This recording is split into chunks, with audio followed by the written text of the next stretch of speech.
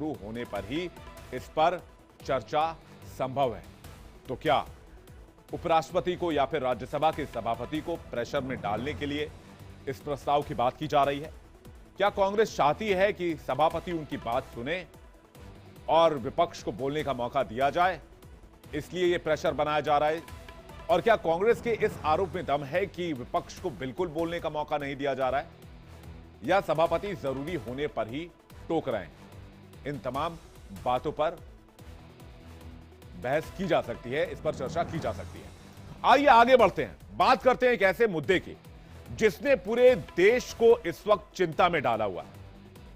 यह बात एक ऐसी खबर से जुड़ी हुई है जो डायरेक्ट हमसे, आपसे, हर एक घर से कनेक्ट करती है।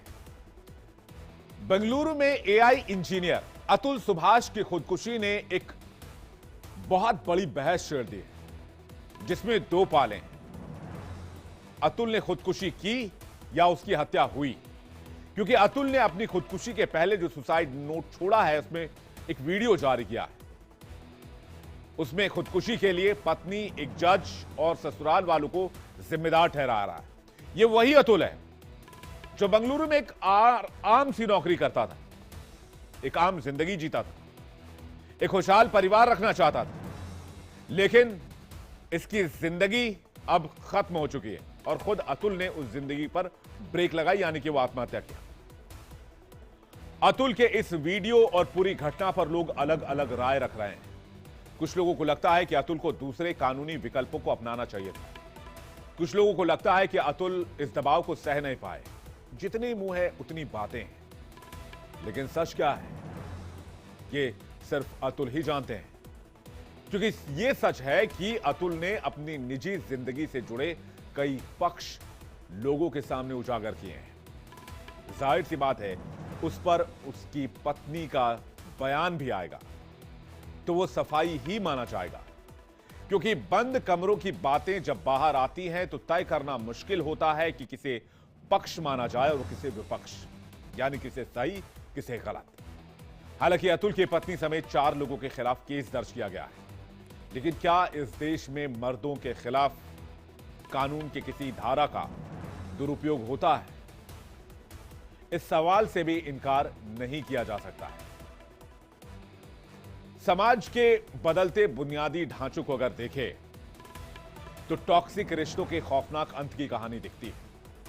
पति पत्नी के बीच आपसी समझ और सुलझी सोच के साथ जीवन साथ साथ जीने या फिर अलग होने की बात आज की सोसाइटी में बहुत आम है। क्योंकि अतुल की मौत और उससे जुड़े केस के तथ्य इस बात का इशारा करते हैं कि कहीं ना कहीं गुजारा भत्ते को लेकर विवाद बढ़ा, जो अतुल के लिए असहनीय हो गया।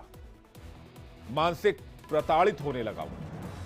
मसला अलगाव के फैसले के बावजूद आपसी समझदारी या बातचीत से सुलझाया जा सकता था। वो फिर से अदालत की चौखट पर जब रेंगने लगा तो अतुल को बर्दाश्त नहीं हुआ।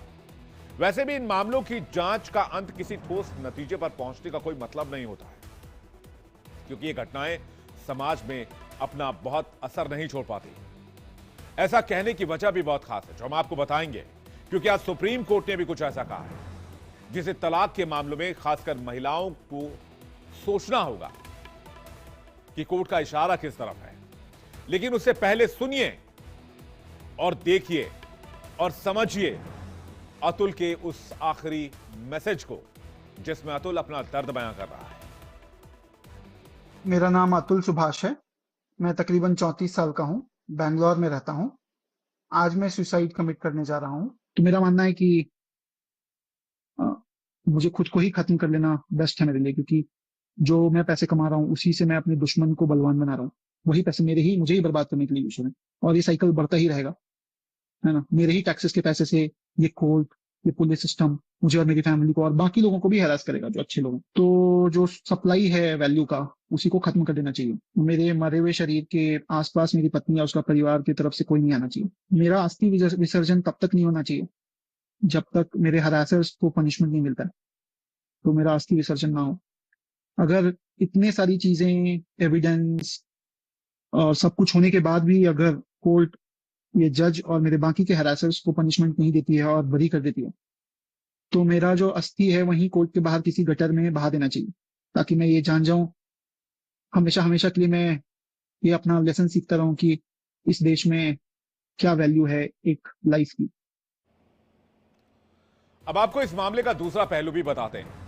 असल में अतुल की पत्नी ने जौनपुर कोतवाली में 24 अप्रैल 2022 को एक एफआईआर दर्ज कराई थी। इसमें अतुल के साथ साथ उनकी मां अंजू देवी, पिता पवन मोदी और उनके छोटे भाई विकास मोदी को भी आरोपी बनाया गया। एफआईआर में कहा गया है कि 26 अप्रैल 2019 को अतुल और निकिता सिंघानिया की शादी वाराणसी के हिंदुस्तान इंटरनेशनल होटल में हुई थी। शादी के बाद से अतुल सुभाष और उनका परिवार दहेज में 10 लाख रुपए की मांग करने लगा। पति शराब पीकर मारपीट करता था और प्राकृतिक यौन उत्पीड़न किया गया। नौकरी पेशा निकिता की सैलरी को पति अतुल सुभाष अपने अकाउंट में ट्रांसफर करवाते थे। 16 अगस्त 2019 को सास और ससुर ने निकिता के मायके जौनपुर में जाकर 10 लाख रुपए मांगे। इस कारण अगले ही दिन 17 अगस्त 2019 को निकिता के पिता की मौत हो गई। लोगों के समझाने पर पति अतुल सुभाष पत्नी निकिता को लेकर बेंगलुरु आ गया।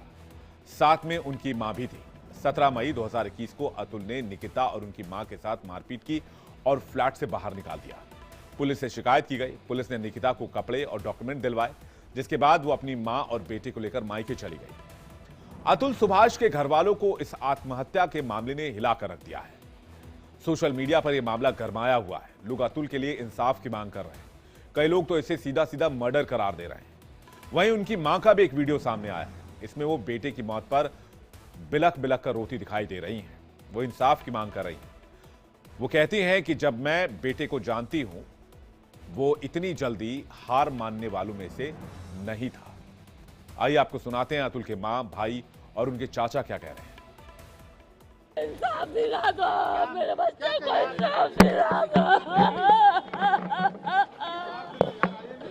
मेरे बच्चे को इंसाफ दिला दो, मेरे बच्चे को इंसाफ दिला दो, मेरा बच्चा बहुत टॉर्चर हुआ है, मेरा बच्चा बहुत कि किस लेवल का हरासमेंट इंडिया में चलता है। कोई भी ऐसे कोई कानून या कोई भी ऐसा एक लॉ जो इंडिया में है, अगर आप लोग को पता हो तो हमें बताया जाए कि जिसमें मेन को कोई सुरक्षा मिलती है। मेन के ऊपर मतलब फॉल्स केसेस डाल के जितने तरह के सेक्शंस यूज़ किए जा सकते हैं, यूज़ करके एक सेक्शंस को अगर खारिज कर दिया जाता है कोर्ट के द्वारा, उस सेक्शंस को बाद में फिर से रीअप्लाई करके फिर से वही ट्रायल चलते हैं, वही सारी चीज़ें चलती है। तो ये कानून का गंदा मजाक नहीं है क्या? मैं ये पूछना चाहता हूँ। उनको प्रोत्साहित किया जा रहा था। वो कोर्ट की तरफ से वो ज़्यादा ही वो हो चुके थे।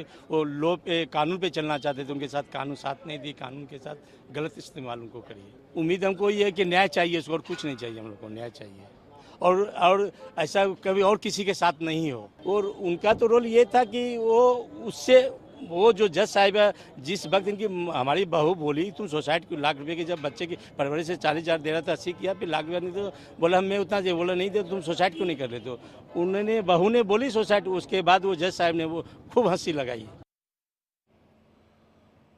सवाल यह कि अतुल ने अगर अपने ससुराल वालों के रवैये पर सवाल उठाए तो कहीं ना कहीं उसके पीछे की वजह भी है। अब आपको 3 तस्वीरें दिखाते हैं जिसमें मीडिया जब जौनपुर में अतुल के ससुराल वाले के घर पहुंचा तो पत्नी निकिता के परिवार वालों का रवैया समझा जा सकता है।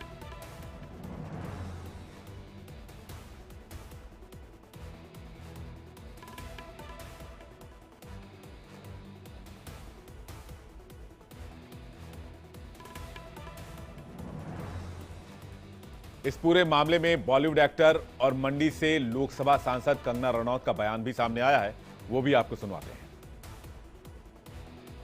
बहुत ही नौजवान और उनका जो वीडियो है वो दिल दहला देने वाला है। तो डेफिनेटली शादी जो एक हमारे भारतीय परंपराओं से जब तक सीमित है, जब तक उससे बंधी हुई है भारतीय परंपराओं से, तब तक ठीक है। लेकिन ये जो, जैसा उन्होंने खुद कहा है, जो कम्युनिज्म का कीड़ा इसमें, सोशलिज्म का कीड़ा इसमें, एक तरह से जो निंदनीय फेमिनिज्म का जो पूरा साइड है उसका कीड़ा इसमें, और बाकी 3-4 चीजें अगर इसमें और एक धंधा लोग बना लेंगे उसको, करोड़ों रुपए की एक्सटॉर्शन उससे की जा रही थी जो कि उसकी कैपेसिटी से भी बहुत बाहर थी। तो ये तो इसमें तो कोई कहने वाली ही बात नहीं है कि ये सब चीजें निंदनीय हैं। अतुल सुभाष की खुदकुशी के खुलासे के दिन ही सुप्रीम कोर्ट ने इस मामले में यानी कि पारिवारिक विवाद के मामले में बड़ा फैसला सुनाया। सुप्रीम कोर्ट ने पारिवारिक विवाद के मामले में एक आदेश दिया कि पति अपनी पत्नी और बच्चों को 5 करोड़ रुपए का गुजारा भत्ता दे। कोर्ट ने आदेश दिया कि पति फाइनल सेटलमेंट के तौर पर यह रकम पत्नी को दे। कोर्ट ने आदेश के दौरान यह साफ कर दिया कि गुजारा भत्ता देने का मकसद यह नहीं है कि पति को सजा दी जाए। कोर्ट ने कहा कि हम ये चाहते हैं कि पत्नी और बच्चे सम्मानित तरीके से जीवन गुजार सकें। जस्टिस विक्रमनाथ और जस्टिस प्रसन्ना बी की बेंच ने कहा कि सेटलमेंट से 1 करोड़ की रकम उनके बेटे के गुजारे भत्ते और उसकी आर्थिक सुरक्षा के लिए तय की जाए। इसके अलावा एक दूसरे मामले में सुप्रीम कोर्ट ने वैवाहिक मतभेदों से पैदा हुए विवाद में पति और उसके घर वालों को आईपीसी की धारा, जो पहले हुआ करती थी अब बीएनएस में बदल चुकी है, आईपीसी की धारा 498A हुआ करती थी पहले, जो अब चेंज हो गई है, इसमें जो पति और उसके घर वालों को फंसाने की प्रवृत्ति बढ़ती जा रही है, इस पर कोर्ट ने चिंता जाहिर की। जस्टिस बी नागरत्ना और जस्टिस एन कोटेश्वर सिंह की पीठ ने ऐसा एक मामला खारिज करते हुए कहा कि धारा 498A पूर्व में आईपीसी के समय में पत्नी और उसके परिजनों के हिसाब बराबर करने का हथियार बन गई है। सुप्रीम कोर्ट ने यह टिप्पणी तेलंगाना से जुड़े एक मामले में की। दरअसल एक पति ने पत्नी से तलाक मांगा था। इसके खिलाफ पत्नी ने पति और ससुराल वालों के खिलाफ घरेलू क्रूरता का केस दर्ज करवा दिया। पति इसके खिलाफ तेलंगाना हाईकोर्ट गया, लेकिन कोर्ट ने उसके खिलाफ दर्ज केस रद्द करने से इनकार कर दिया। इसके बाद पति ने सुप्रीम कोर्ट की शरण ली थी, जब कोर्ट ने यह बेहद महत्वपूर्ण टिप्पणी की कि इस तरह की धाराएं, जो घरेलू हिंसा के मामले की धाराएं होते हैं, उसका दुरुपयोग बढ़ता जा रहा है, उसके दुरुपयोग की प्रवृत्ति बढ़ती जा रही है, जो ठीक नहीं है, जो गंभीर है, जो खतरनाक है। हमें भी अपने समाज के आसपास जब ऐसे मामले होते हैं तो उसे देखना चाहिए, उस पर ध्यान देना चाहिए और ऐसे मामलों से सजग होना चाहिए। इंडिया बुल रहा में फिलहाल इतना ही। वक्त एक छोटे से ब्रेक का है, फौरन लौट रहे हैं।